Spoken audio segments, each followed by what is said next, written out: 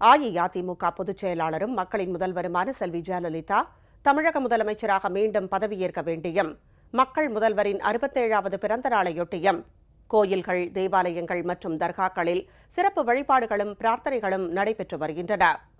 பிரபல வழிபாட்டு தலங்களில் தங்கத்தேர் இழுத்து சிறப்பு பிரார்த்தனைகளில் ஈடுபட்டு வரும் கழக நிர்வாகிகள் ஏழை எளியோருக்கு நலத்திட்ட உதவிகளையும் வழங்கி வருகின்றனர். மக்களின் முதல்வர் செல்வி ஜெயலலிதாவின் 67வது பிறந்த நாளை முன்னிட்டு தமிழகம் மட்டுமின்றி அண்டை மாநிலங்களிலும் அஇஅதிமுக நிர்வாகிகள் மற்றும் பொதுமக்கள் அதிகாலை முதலே உற்சாகமாக கொண்டாடி வருகின்றனர். மதுரை மாவட்டம் திருப்பரங்குன்றத்தில் உள்ள சுப்பிரமணிய சுவாமி கோவிலில் கழக ஜெயலலிதா பேரவை சார்பில் மக்களின் முதல்வர் செல்வி ஜெயலலிதா மீண்டும் தமிழகத்தின் முதலமைச்சராக பதவியேற்க வேண்டியும் அவரது 67வது பிறந்த நாளையொட்டி சிறப்பு அபிஷேகம் மற்றும் ஆராதனை நடைபெற்றது.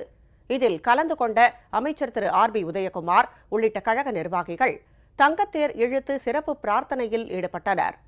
திருவள்ளூர் கிழக்கு மாவட்ட அஇஅதிமுக சார்பில் சிறுவாபுரியில் உள்ள பாலசுப்பிரமணிய சுவாமி கோவிலில் சிறப்பு அபிஷேகம் மற்றும் ஆராதனை நடைபெற்றது.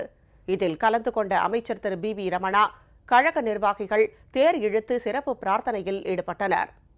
ஆவடி நகர ஜெயலலிதா பேரவை சார்பில் பெருமாள் கோவிலில் நடைபெற்ற சிறப்பு ஆராதனையில் அமைச்சர் திரு எஸ். அப்துல் ரஹீம் உள்ளிட்ட கழக நிர்வாகிகள் கலந்து கொண்டு சிறப்பு வழிபாடு மேற்கொண்டனர்.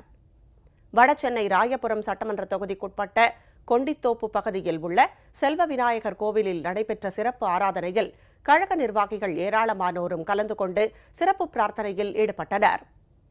காஞ்சிபுரம் மாவட்டம் திருப்போரூர் ஒன்றிய அஇஅதிமுக சார்பில் திருவிடந்தையில் உள்ள நித்ய கல்யாண பெருமாள் கோவிலில் சிறப்பு அபிஷேகமும் ஆராதனையும் நடைபெற்றது. இதில் கலந்து கொண்டு சிறப்பு வழிபாட்டில் ஈடுபட்ட அமைச்சர் திரு டி.கே.எம். சின்னையா உள்ளிட்ட கழக நிர்வாகிகள் நலிந்தோருக்கு நலத்திட்ட உதவிகளையும் வழங்கினர். சேலம் மாநகர அஇஅதிமுக சார்பில் சேலத்தில் உள்ள பிரசித்தி பெற்ற சுகவனேஸ்வரர் ஆலயத்தில் சிறப்பு அபிஷேகமும் ஆராதனையும் நடைபெற்றது. இதில் கலந்து கொண்ட சட்டமன்ற உறுப்பினர்கள் உள்ளிட்ட கழக நிர்வாகிகள் தங்கத்தேர் இழுத்து சிறப்பு பிரார்த்தனையில் ஈடுபட்டனர். பெரம்பலூர் ஒன்றிய அஇஅதிமுக சார்பில் சிறுவாச்சூர் மதுரகாளியம்மன் கோவிலில் சிறப்பு அபிஷேகமும் ஆராதனையும் நடைபெற்றது. இதில் கலந்து கொண்ட கழக நிர்வாகிகள் ஏராளமானோர் தங்கத்தேர் இழுத்து சிறப்பு பிரார்த்தனையில் ஈடுபட்டனர். விழுப்புரம் மாவட்டம் திண்டிவனத்தில் உள்ள திந்தினீஸ்வரர் கோவிலில் சிறப்பு அபிஷேகமும் ஆராதனையும் நடைபெற்றது.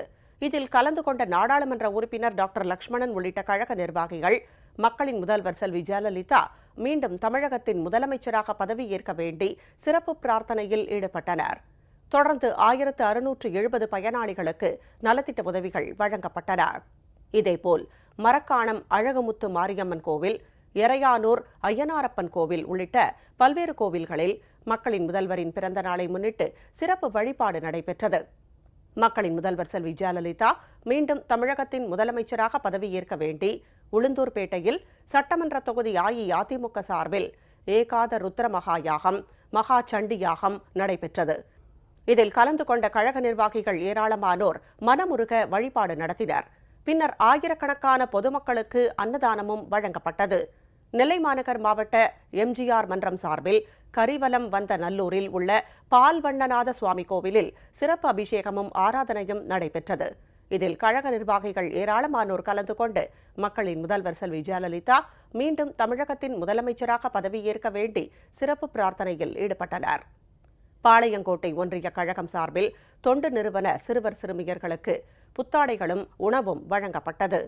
கன்னியாகுமரி மாவட்டம் மண்டைக்காட்டில் உள்ள பகவதி அம்மன் கோவிலில் மக்களின் முதல்வர் பிறந்த நாளை முன்னிட்டு மகா மங்கள சண்டிகா ஹோமம் நடைபெற்றது. இதில் கலந்து கொண்ட மாவட்ட கழக செயலாளர் திரு என் தளவாய் சுந்தரம் உள்ளிட்ட கழக நிர்வாகிகள் 67 பயனாளிகளுக்கு நலத்திட்ட உதவிகளையும் வழங்கினர். நாகப்பட்டினம் அருகே உள்ள காடம்பாடி புனித சவேரியார் ஆலயத்தில் மக்களின் முதல்வர் பிறந்த நாளையொட்டி பங்குத்தந்தை திரு செபாஸ்டியன் தலைமையில் சிறப்பு திருப்பலி நடைபெற்றது. இதில் கிறிஸ்தவர்கள் மற்றும் கழக நிர்வாகிகள் ஏராளமானோர் கலந்து கொண்டு சிறப்பு பிரார்த்தனையில் ஈடுபட்டனர்.